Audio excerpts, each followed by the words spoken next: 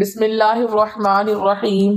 انسان اپنی زندگی میں بہت سے کام محض اپنی لذت یا خواہش کو پورا کرنے کے لیے کرتا ہے، جس کی وجہ سے یا تو اس کا پیسہ برباد ہوتا ہے یا صحت برباد ہوتی ہے۔ موت کو یاد رکھنے والے کی خواہشات کم ہوتی ہیں۔ اسی کے بارے میں نبی پاک صلی اللہ علیہ وسلم نے فرمایا، لذتوں کو ختم کرنے والی موت کو کثرت سے یاد کرو۔ بارگاہ رسالت میں عرض کی گئی، کون سا مومن زیادہ عقل مند ہے؟ ارشاد فرمایا، موت کو کثرت سے یاد کرنے اور موت کے بعد کے لیے اچھی تیاری کرنے والے، یہی لوگ زیادہ سمجھدار ہیں۔ ہر شخص کی جتنی زندگی مقرر ہے اس میں نہ زیادتی ہو سکتی ہے نہ کمی۔ جب زندگی کا وقت پورا ہو جاتا ہے اس وقت حضرت اسرائیل علیہ السلام قبض روح کے لیے آتے ہیں اور اس شخص کے دائیں بائیں جہاں تک نگاہ کام کرتی ہے فرشتے دکھائی دیتے ہیں۔ مسلمان کے آس پاس رحمت کے فرشتے ہوتے ہیں اور کافر کے دائیں بائیں عذاب کے۔ اس وقت ہر شخص پر اسلام کی حقانیت آفتاب سے زیادہ روشن ہو جاتی ہے، مگر اس وقت کا ایمان معتبر نہیں، اس لیے کہ حکم ایمان بالغیب کا ہے اور اب غیب نہ رہا بلکہ یہ چیزیں مشاہدہ ہو گئیں۔ مرنے کے بعد مسلمان کی روح حسن مرتبہ مختلف مقاموں میں رہتی ہے، بعض کی قبر پر، بعض کی چاہے زمزم شریف میں، بعض کی آسمان و زمین کے درمیان، بعض کی پہلے دوسرے ساتویں آسمان تک، اور بعض کی آسمانوں سے بھی بلند، اور بعض کی روحیں زیر عرش قندیلوں میں، اور بعض کی اعلیٰ علیجین میں، مگر کہیں ہوں اپنے جسم سے ان کا تعلق بدستور رہتا ہے۔ جو کوئی قبر پر آئے اسے دیکھتے پہچانتے اس کی بات سنتے ہیں۔ حدیث میں ہے کہ ایک طائر پہلے قفس میں بند تھا اور اب آزاد کر دیا گیا۔ ائمہ کرام فرماتے ہیں، بے شک پاک جانیں جب بدن کے علاقوں سے جدا ہوتی ہیں، عالم بالا میں مل جاتی ہیں اور سب کچھ ایسا دیکھتی سنتی ہیں جیسے یہاں حاضر ہیں۔ حدیث میں فرمایا، جب مسلمان مرتا ہے اس کی راہ کھول دی جاتی ہے جہاں چاہے جائے۔ مردہ کلام بھی کرتا ہے اور اس کے کلام کو جن اور انسان کے سوا تمام حیوانات وغیرہ سنتے بھی ہیں۔ جب مردے کو قبر میں دفن کرتے ہیں اس وقت اس کو قبر دباتی ہے۔ اگر وہ مسلمان ہے تو اس کا دبانا ایسا ہوتا ہے کہ جیسے ماں پیار میں اپنے بچوں کو زور سے چمٹا لیتی ہے، اور اگر کافر ہے تو اس کو اس زور سے دباتی ہے کہ ادھر کی پسلیاں ادھر اور ادھر کی ادھر ہو جاتی ہیں۔ جب دفن کرنے والے دفن کر کے وہاں سے چلے جاتے ہیں وہ ان کے جوتوں کی آواز سنتا ہے۔ اس وقت اس کے پاس دو فرشتے اپنے دانتوں سے زمین چیرتے ہوئے آتے ہیں اور نہایت سختی کے ساتھ کرخت آواز میں سوال کرتے ہیں۔ پہلا سوال، تیرا رب کون ہے؟ دوسرا سوال، تیرا دین کیا ہے؟ تیسرا سوال، ان کے بارے میں تو کیا کہتا ہے؟ مسلمان ہے تو پہلے سوال کا جواب دے گا، میرا رب اللہ ہے، اور دوسرے کا جواب دے گا، میرا دین اسلام ہے۔ تیسرے سوال کا جواب دے گا، وہ تو رسول اللہ صلی اللہ علیہ وسلم ہے۔ اس وقت آسمان سے ایک منادی ندا کرے گا کہ میرے بندے نے سچ کہا، اس کے لیے جنت کا بچھونا بچھاؤ اور جنت کا لباس پہناؤ، اور اس کے لیے جنت کی طرف ایک دروازہ کھول دو۔ جنت کی نسیم اور خوشبو اس کے پاس آتی رہے گی، اور جہاں تک نگاہ پھیلے گی وہاں تک اس کی قبر کشادہ کر دی جائے گی، اور اس سے کہا جائے گا کہ تو سو جا۔ پہلے اس کے بائیں ہاتھ کی طرف جہنم کی کھڑکی کھولیں گے جس سے جلن اور گرم ہوا اور سخت بدبو آئے گی، پھر بند کر دیں گے۔ اس کے بعد داہنی طرف سے جنت کی کھڑکی کھولیں گے اور اس سے کہا جائے گا کہ اگر تو ان سوالوں کے صحیح جواب نہ دیتا تو تیرے واسطے وہ تھی، اور اب یہ ہے تاکہ اپنے رب کی نعمت کی قدر جانے کہ کیسی بلائے عظیم سے بچا کر کیسی نعمت عظمی عطا فرمائی۔ اگر مردہ منکر ہے تو سب سوالوں کے جواب میں یہ کہے گا، افسوس مجھے تو کچھ معلوم نہیں، میں لوگوں کو کہتے سنتا تھا، خود بھی کہتا تھا۔ اس وقت ایک پکارنے والا آسمان سے پکارے گا کہ یہ جھوٹا ہے، اس کے لیے آگ کا بچھونا بچھاؤ اور آگ کا لباس پہناؤ اور جہنم کی طرف ایک دروازہ کھول دو۔ اس کی گرمی اور لپیٹ اس کو پہنچے گی، اور اس پر عذاب دینے کے لیے دو فرشتے مقرر ہوں گے جو اندھے اور بہرے ہوں گے۔ ان کے ساتھ لوہے کا گرز ہوگا کہ پہاڑ پر اگر مارا جائے تو خاک ہو جائے۔ اس ہتھوڑے سے اس کو مارتے رہیں گے، سانپ اور بچھو اسے عذاب پہنچاتے رہیں گے۔ اعمال اپنی مناسب شکل پر متشکل ہو کر کتا یا بھیڑیا یا اور شکل کے بن کر اس کو ایذا پہنچائیں گے، اور نیکوں کے اعمال حسنہ مقبول و محبوب صورت پر متشکل ہو کر انس دیں گے۔ نبی اکرم صلی اللہ علیہ وسلم نے فرمایا، موت کو کثرت سے یاد کیا کرو کیونکہ وہ گناہوں کو زائل کرتی اور دنیا سے بے رغبتی پیدا کرتی ہے۔ سیدنا حسن بصری رحمت اللہ علیہ فرماتے ہیں، جس نے موت کی یاد دل میں بسا لی تو دنیا کی ساری مصیبتیں اس پر آسان ہو جائیں گی۔ ایک خاتون نے ام المومنین حضرت عائشہ صدیقہ رضی اللہ تعالی عنہا کی بارگاہ میں دل کی سختی کی شکایت کی تو آپ نے فرمایا، موت کو کثرت سے یاد کیا کرو، تمہارا دل نرم ہو جائے گا۔ ناظرین، حضور صلی اللہ علیہ وسلم نے فرمایا، موت کے بعد روح کیسے پکارتی ہے؟ میت کو سب سے زیادہ درد کب ہوتا ہے؟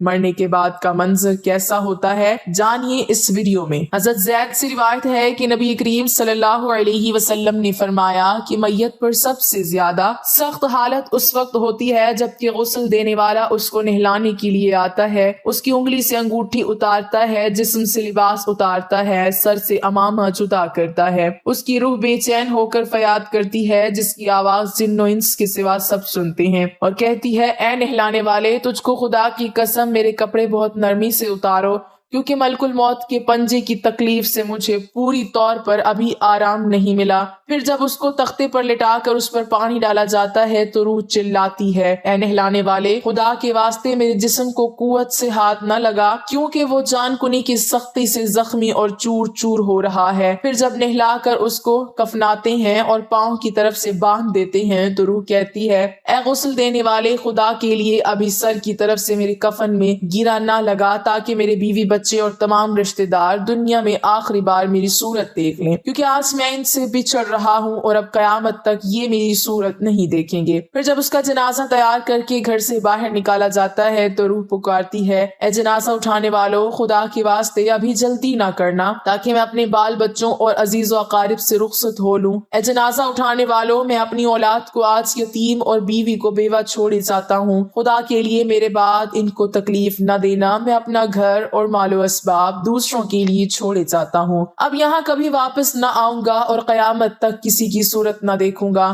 پھر جب جنازہ اٹھا کر لے چلتے ہیں تو میت کہتی ہے، اے میرے بھائیوں، میں نے آج تک جو کچھ مال و اسباب جمع کیا تھا وہ صرف وارثوں کے لیے تھا، آج ان میں سے کوئی میرے گناہوں کا ذرا سا بوجھ بھی نہیں اٹھا سکتا، ہر چیز کا حساب مجھ سے لیا جائے گا اور میرے وارث کھائیں گے اور اڑائیں گے۔ پھر جب نماز جنازہ کے بعد دفن سے پہلے کچھ لوگ اپنے اپنے گھر جانے لگتے ہیں تو میت کہتی ہے، اے میرے بھائیوں، خدا کے واسطے ابھی سے ایسا ظلم نہ کرو، مرنے والا تم سے مانوس تھا اور تم دفن سے پہلے لوٹے جاتے ہو۔ پھر جب اسے قبر میں اتارتے ہیں تو میت کہتی ہے، اے میرے وارثوں اور ترکہ پانے والوں، میں نے جو کچھ مال جمع کیا تھا وہ سب تمہارے لیے چھوڑا، خدا کے لیے تم مجھ کو دعائے خیر اور فاتحہ سے بھلا نہ دینا۔ بزرگوں کا قول ہے کہ آخرت کی منزلوں میں سے قبر پہلی منزل ہے، اگر اس منزل میں نجات پائی تو اس کے بعد کی منزلیں بہت آسان ہیں، اور اگر یہاں عذاب میں مبتلا ہوا تو آگے چل کر اس سے زیادہ سختی ہوگی۔ حدیث شریف میں ہے کہ مردہ قبر میں ایسا ہے جیسے کوئی شخص پانی میں ڈوب رہا ہو اور مدد کے لیے فریاد کرتا ہو۔ مردہ ہر وقت اپنے ماں باپ، بھائی بہن یا اولاد اور دوست وغیرہ اپنے پسماندگان سے دعائے خیر اور فاتحہ کا منتظر رہتا ہے۔ جب اس کو اس کے پسماندگان کی طرف سے کوئی تحفہ ثواب پہنچتا ہے تو اس کے لیے تمام دنیا اور جو کچھ دنیا میں ہے اسے محبوب و مرغوب ہوتا ہے، اور اللہ تعالیٰ اس کے رشتہ داروں کی دعائے خیر کے ثواب کو قبرستان والوں پر پہاڑوں کے برابر داخل فرماتا ہے۔ موت ایک دروازہ ہے جس میں سب لوگوں نے داخل ہونا ہے۔ حضرت عثمان رضی اللہ تعالی عنہ جب کسی قبر پر جاتے تو اتنا روتے کہ ان کی داڑھی آنسوؤں سے تر ہو جاتی۔ آپ سے پوچھا گیا، آپ جنت و جہنم کا تذکرہ کرتے ہیں تو نہیں روتے مگر قبر دیکھ کر روتے ہیں؟ کہنے لگے، رسول اللہ صلی اللہ علیہ وسلم نے فرمایا کہ قبر آخرت کی پہلی منزل ہے، لہٰذا اگر مرنے والا اس سے نجات پائے تو بعد کے مناظر اس سے کہیں زیادہ آسان ہیں، اور اگر اس کی تکلیف سے نجات نہ پائے تو بعد کے مراحل اس سے بہت زیادہ سخت ہیں۔ اور فرمایا کہ رسول اللہ صلی اللہ علیہ وسلم کا ارشاد ہے، میں نے کبھی کوئی منظر نہیں دیکھا مگر قبر اس سے زیادہ سخت ہے۔ کیا ہمارے لیے ان قبروں میں عبرت نہیں؟ دیکھیے، مالدار، فقیر، طاقتور اور کمزور دنیا میں لوٹنے کی خواہش رکھتے ہیں، مال جمع کرنے اور محل بنانے کے لیے نہیں، بلکہ اس لیے کہ کاش ہمیں ایک نماز پڑھنے کی مہلت مل جائے، کاش ہمیں ایک دفعہ سبحان اللہ کہنے کی فرصت دے دی جائے، لیکن اب ناممکن ہے۔ اب اعمال نامے لپیٹ دیے گئے ہیں، روح جسم سے نکال لی گئی ہے، زندگی کی مہلت ختم ہے۔ اب ہر میت اپنے عمل کی مرحوم ہو کر قبر میں پڑی ہے۔ ایک حاجت مند حضرت عثمان غنی رضی اللہ تعالی عنہ کے دروازے پر غروب آفتاب کے بعد آیا۔ ابھی اس نے دستک نہ دی تھی کہ حضرت عثمان غنی رضی اللہ تعالی عنہ کی آواز اس کے کانوں میں پڑی۔